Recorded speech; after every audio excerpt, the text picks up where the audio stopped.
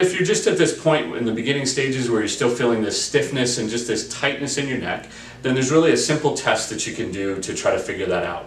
And so what you would do is you would want to make sure that you're standing with your shoulders back and your chin tucked in a little bit so that you're trying to get your ear over your shoulder, so chin tucked back. And then all you're going to do is you're going to slowly just rotate to the left and back to the center, and to the right and back to the center. Now, two things you're looking for. One is, when you rotate, can you rotate the same distance to each side?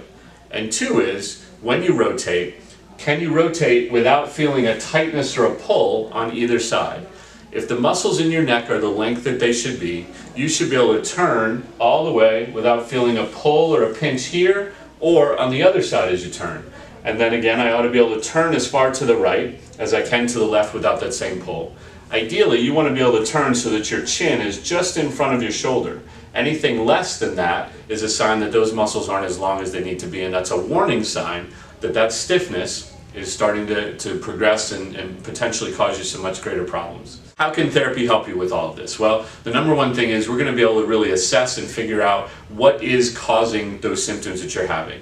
More importantly, stop it in its tracks, keep it from progressing and getting worse. In most cases, it's gotten to a point where we need to do some manual things, some manual therapy to try to increase that space in between the vertebrae. Get the vertebrae further apart so that they stop pinching against each other. Get the pressure off of the disc and off of the nerve so that the symptoms come.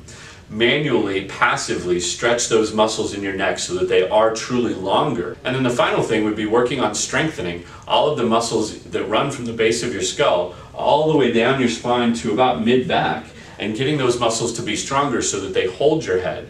Your head is about a 10-pound ball that sits on top of your shoulders all day long.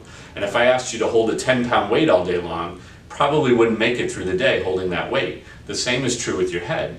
The stronger those muscles are will really help everything in your neck to be more conditioned and stronger so that that pressure doesn't develop. Give us a call, click on the link below, we'll get you in, we'll get it figured out, we'll get you taken care of, and we will keep this from turning into a much bigger problem.